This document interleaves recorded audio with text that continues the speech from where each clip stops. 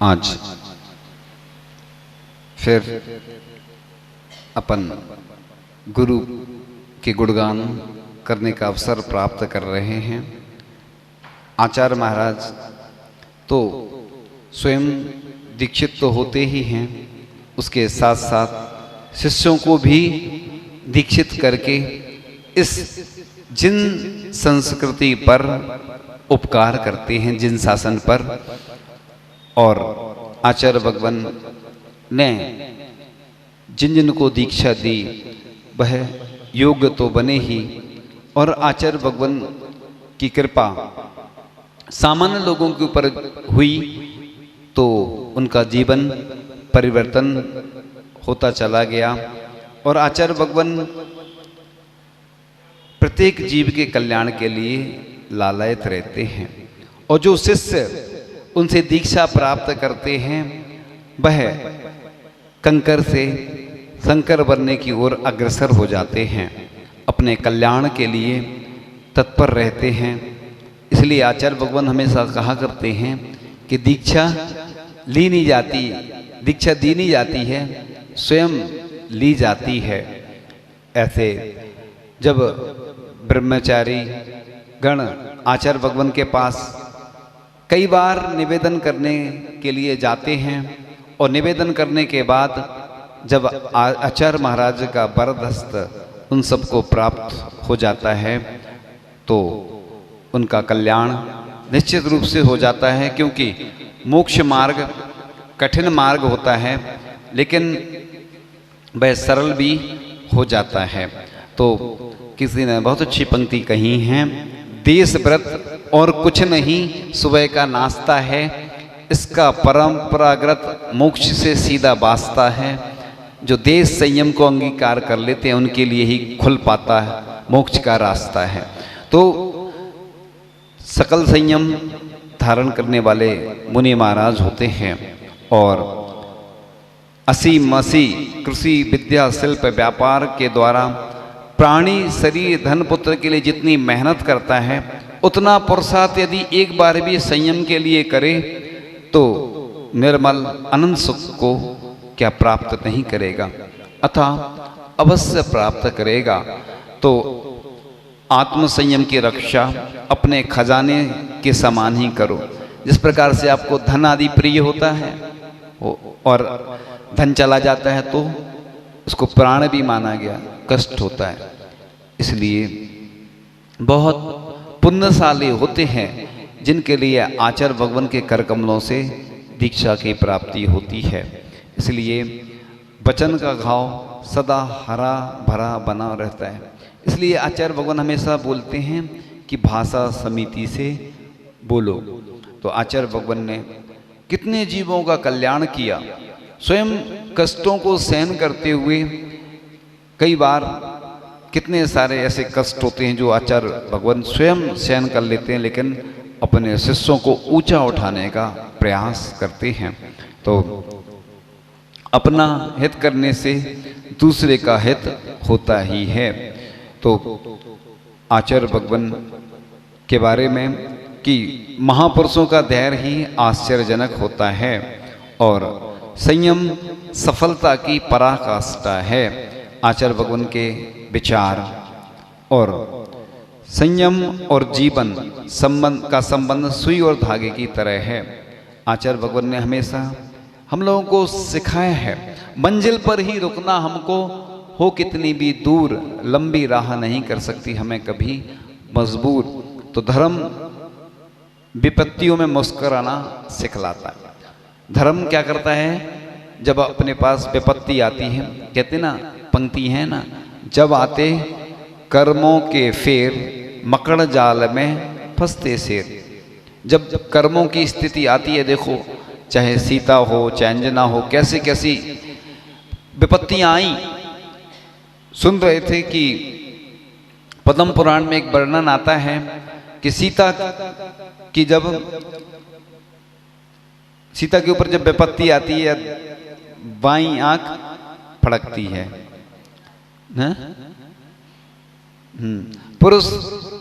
पुरुष की जो है ना दाएं अंग शुभ होते हैं, महिलाओं के लिए बाएं अंग शुभ होते हैं। तो जब आंख फड़कती है, विपत्ति आती है, तो वह कहती अभिषेक करवाने के लिए कहती है। भरत चक्रवर्ती जब पूजन करते थे तो पहाड़ बन जाते थे, और अभिषेक करते थे तो नदियां बह कर निकल जाती थी। और भरत चक्रवर्ती को जब साधु का पड़गान नहीं मिलता था तो उनकी आंखों में आंसू आ जाते थे। तो महापुरुष विपत्ति में वही कार्य करते थे कि इसलिए महिलाएं कभी सोचती हैं मुझे ये अवसर प्राप्त नहीं हो रहा अभिषेक करने का, और वह दूसरों से उन्हें कहना पड़ता है अभिषेक करो अभिषेक करो। इसलिए हम लोग हमेशा बोला करते कि अपने जो परिवार के लोग हैं उनसे अभिषेक करने के लिए कहना चाहिए, और वही गंधोदक लाकर अपने को दें तो बहुत अच्छा माना जाता है। जिस प्रकार से स्वयं के हाथों से भोजन तैयार होता है तो कितना अच्छा लगता है, व्यवस्थित होता है।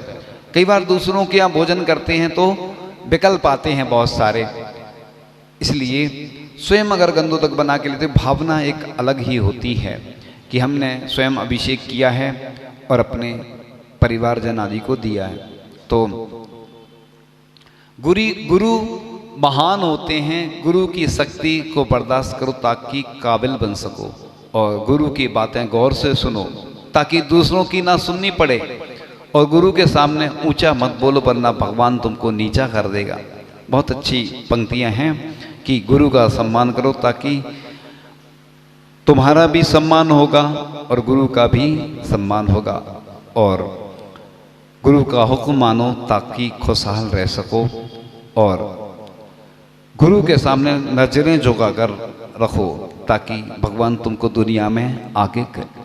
मैंने देखा है कि आचार्य भगवान के आशीर्वाद से जो भी आज संघ के साधु हैं अगर ऊंचाइयों पर पहुंचे हैं, वो चाहते तो अन्य किसी का भी आश्रय ले सकते थे, लेकिन मैंने देखा है आचार्य भगवान की आज्ञा जब नहीं मिलती है इतना कष्ट होता है, और आचार्य भगवान का जैसे ही संकेत प्राप्त होता है तो हम लोग बिना सोचे समझे बस सोच लेते हैं कि बस आचार्य भगवान का आशीर्वाद है तो अब कोई डरने की बात नहीं है। जिसके सर पर गुरु का हाथ तो उसकी क्या बात। इसलिए गुरु महाराज हमेशा, एक बार किसी ने कहा, आरिका संघ ने कहा आचार्य जी से, आचार्य जी आप माइंड में कैसे रखते हैं कि इतने सारे संघ और कैसे आप मेंटेन करते हैं। आचार्य भगवान बोले कि मेरे माइंड में नक्शा रहता है पूरा, सेव है, कंप्यूटर सुपर कंप्यूटर जैसा है पूरा उनका माइंड व्यवस्थित, सब याद रहता है। एक बार किसी ने कहा कि आचार्य श्री हम आपसे दूर जाएंगे कैसे रहेंगे। आचार्य महाराज ने कहा कि जो शिष्य मेरी आज्ञा में है वह दूर रह के भी पास में है, और जो आज्ञा में नहीं वो पास रह के भी दूर है। इसलिए आचार्य भगवान कहीं भी रहें बस उनकी कृपा हम लोगों के ऊपर बरसती रहे, क्योंकि आचार्य श्री की कृपा को दुनिया तरसती है, और पुण्यशाली होते हैं जिनके ऊपर आचार्य श्री कृपा बरसती है। इसलिए आचार्य भगवान से दीक्षा लेने वाला बड़ा सौभाग्यशाली होता है, और ऐसे अवसर पुण्यशाली व्यक्तियों को ही प्राप्त हो पाते हैं। कितने सारे ऐसे ब्रह्मचारी भाई हैं, ब्रह्मचारिणी बहनें हैं जो बार बार जाते निवेदन करते। मेरी तो हमेशा यही भावना रहती कि उन सबको दीक्षा मिले, क्योंकि आचार्य भगवान के कर कमलों से दीक्षा लेना बड़े सौभाग्य की बात है। जिनको मिल जाती है पुण्यशाली होते हैं। इसलिए आचार्य भगवान गुरु एक किताब है जिस पर अनुभव लिखा जाता है, और गुरु एक ऐसी हस्ती है, माँ का मुकाम तो बेशक अपनी जगह है पर गुरु का भी कुछ कम नहीं। माँ के कदमों में स्वर्ग है, पिता स्वर्ग का दरवाजा है, अगर दरवाजा ना खुला तो अंदर कैसे जाओगे। तो गुरु माता पिता से भी बढ़कर होते हैं। तो इस प्रकार से अब चर्चा चल रही थी कि गुरु महाराज कैसे अपने शिष्यों को हीरा बनाते हैं। जिस प्रकार से पिता होता है ना, पिता अपनी संतान का ख्याल रखता है, उसी प्रकार से वह गुरु भी होते हैं। तो शिष्यात्रेत्र प्रशस्यंत्रे ये कुर्वन्ति गुरुर्वचा प्रतीतो विनयोपेत्रा भवन्त्यन्ते कुपुत्रवत्। तो शिष्य वे ही प्रशंसा के पात्र हैं जो विनय और प्रेम के साथ अपने गुरु की आज्ञा का पालन करते हैं। इसके विपरीत चलने वाले कुपुत्र के समान निंदा के पात्र हैं। और किसी ने बहुत अच्छी पंक्तियां लिखी हैं कि मंदिर बनाए, मस्जिद बनाई और क्या क्या बनाओगे, यदि संस्कार नहीं दिए तो जंगली हो जाओगे। तो बस संस्कारों से ही व्यक्ति जीवित रहता है। आज हम देखते हैं कि हम बच्चों को अच्छे संस्कार नहीं दे पाते हैं। पाठशाला तो चलती हैं लेकिन बच्चों को कहाँ भेजते हैं? पढ़ाई के लिए तो भेजते हैं, लेकिन आचार्य जी ने एक बार बोला था कि 3 संतान होना चाहिए, एक देश के लिए, एक समाज के लिए, एक अपने लिए। इसलिए ऐसी माँ जो अरहंत परमेश जी को, जो तीर्थंकर को जन्म देती है, वह अनंत पुण्यशाली होती है। और जो माँ आचार्य परमेश जी को जन्म देती है, वह भी असंख्यात पुण्यशाली होती है। और जो उपाध्याय परमेश जी को जन्म देती है, संख्यात पुण्यशाली होती है। और जो मुनि महाराज को जन्म देती है माँ, वह माँ महा पुण्यशाली होती है। और जो माँ आरिका आदि को जो जन्म देती है, वह भी महाभाग्यशाली होती है। और जो एलक छुल्लक आदि को जन्म देती है, वह भी सौभाग्यशाली होती है। और जो ऐसे त्यागी व्रती, जो ब्रह्मचारी ब्रह्मचारिणी हैं, प्रतिमाधारी बनते हैं, ऐसी माँ भी भाग्यशाली होती है। और ऐसी माँ जिस संतान को जन्म देती है, जो संतान पूजन आदि करती है, अभिषेक आदि करती है, स्वाध्याय करती है, आहार दान देती है, वह भी पुण्यशाली होती है। और ऐसी संतान जो कि हमेशा धार्मिक कार्यों में अग्रसर रहे, ऐसी संतान को जन्म देने वाली माँ भी बड़ी सौभाग्यशाली होती है। इस प्रकार से अपन ऐसे पुत्र को जन्म दें जो सभा में आगे बैठ सके और अपने माता पिता का नाम रोशन करे। इसलिए बड़ी दुर्लभता से ऐसी संतान आती है, क्योंकि आज दीक्षा की तो बात ही अलग है। ऐसी संतान जन्म ले लेती है कि हमारा सिर नीचा हो जाता है। इसलिए हमें हमेशा गर्व से कहना पड़े कि हमने ऐसी संतान को जन्म दिया जो कि पंच परमेश जी की श्रेणी में जिसने स्थान पाया। तो ऐसे मुनिराज होते हैं जो कि अपना कल्याण तो करते ही हैं, अपने कल्याण के साथ साथ कितने ऐसे जीव होते हैं जिनका कल्याण हो जाता है। इसलिए आचार्य श्री दीक्षा देते हैं तो दीक्षा के समय क्या सोचते हैं? किसी ने प्रश्न किया, आचार्य श्री जब आप दीक्षा देते हैं तो क्या विचार करते हैं? आचार्य श्री बोले कि मैं जब दीक्षा देता हूं तो यह चिंतन करता हूं कि मेरा शिष्य मेरे से पहले सिद्ध बन जाए। देखो कितनी अच्छी भावना आचार्य भगवान की, देखो कितनी अच्छी भावना है कि आचार्य भगवान क्यों बोलते हैं? तो एक मूलाचार में आती है, भिक्कम बक्कम हियम सोदी चरदी निच्चसो साहू एसो सुदवत साहू भड़िया जिण सासणे भैबम। मूलाचार में भट्टकीर स्वामी जी ने यह गाथा दी है। भिक्कम यानी जिसकी भिक्षा शुद्धि है, बक्कम यानी वचन शुद्धि है, यम जिसका हृदय शुद्ध है, और आदि आदि जो शुद्धियाँ मूलाचार में कही गई हैं उनके अनुसार आचार्य श्री हमारे भगवान हैं। पहले हम नहीं जानते थे कि भगवान क्यों बोलते, लेकिन जब स्वाध्याय करो, आचार्य श्री के मुख से बड़े बड़े ग्रंथों का स्वाध्याय किया, और जब यह मूलाचार में यह गाथा बहुत प्रिय गाथा है, तो इसलिए तो हम मंगलाचरण में हमेशा बोलते हैं, चलते फिरते तीर्थ हैं हरते सब संताप, हम तो बस इतना जानते आप सरीखे आ। कि ऐसी ही कृपा सबके ऊपर बरसती रहे, हमारी यही भावना है। क्योंकि आचार्य भगवान की कृपा को हम ना तो बता सकते हैं, उनकी कृपा से ही मैं शून्य से ऊपर पहुंचा हूं। मैं तो कुछ जानता ही नहीं था और अभी भी कुछ नहीं जानता हूं। जो भी मेरी प्रॉपर्टी है बस आचार्य भगवान की ही प्रॉपर्टी है, उन्हीं का सब दिया हुआ है और उन्हीं की कृपा से मैंने बहुत कुछ प्राप्त किया है। मैं जब संघ में प्रवेश मैंने लिया तो बस बहुत सारी चीज़ें ऐसी हैं जो मैं सीखता चला गया। सब अग्रज मुनि राजों की कृपा से धीरे धीरे बढ़ता चला गया और उन्हीं की कृपा और उन्हीं का वरदहस्त मुझे मिला। तो आचार्य भगवान के चरणों में एक सुंदर सा भजन। आसारहीन कल की कल को भुलाया, कल्याण के पथिक को जग को जगाया। आचार्य सुंदर दिगंबर रूपधारी, जो आपको निरखता बनता पुजारी।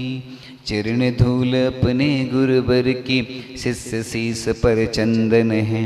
गुरुवर के चरणों का बंधन संयम का भी बंधन है।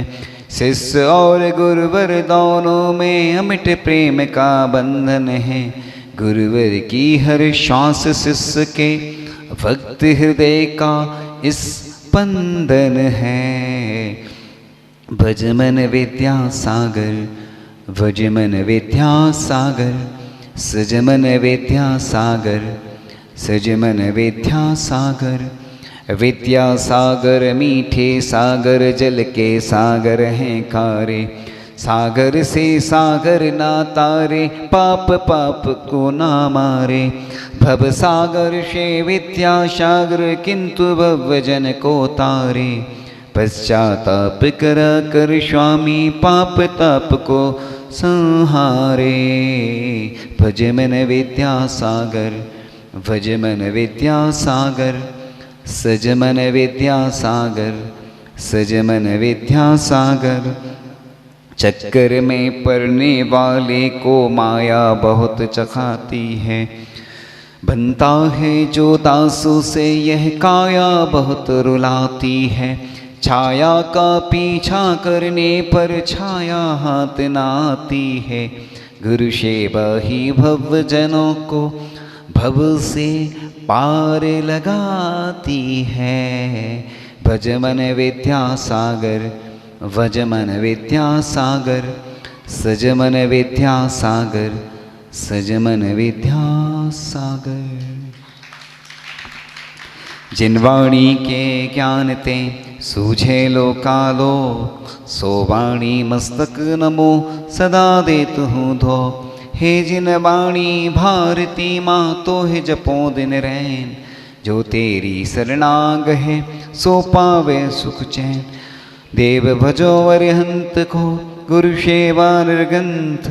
दया धर्म पालो सदा, यही मोक्ष का पंथ। आचार्य गुरु शिक्षण विद्यासागर जी महामुनि राज की।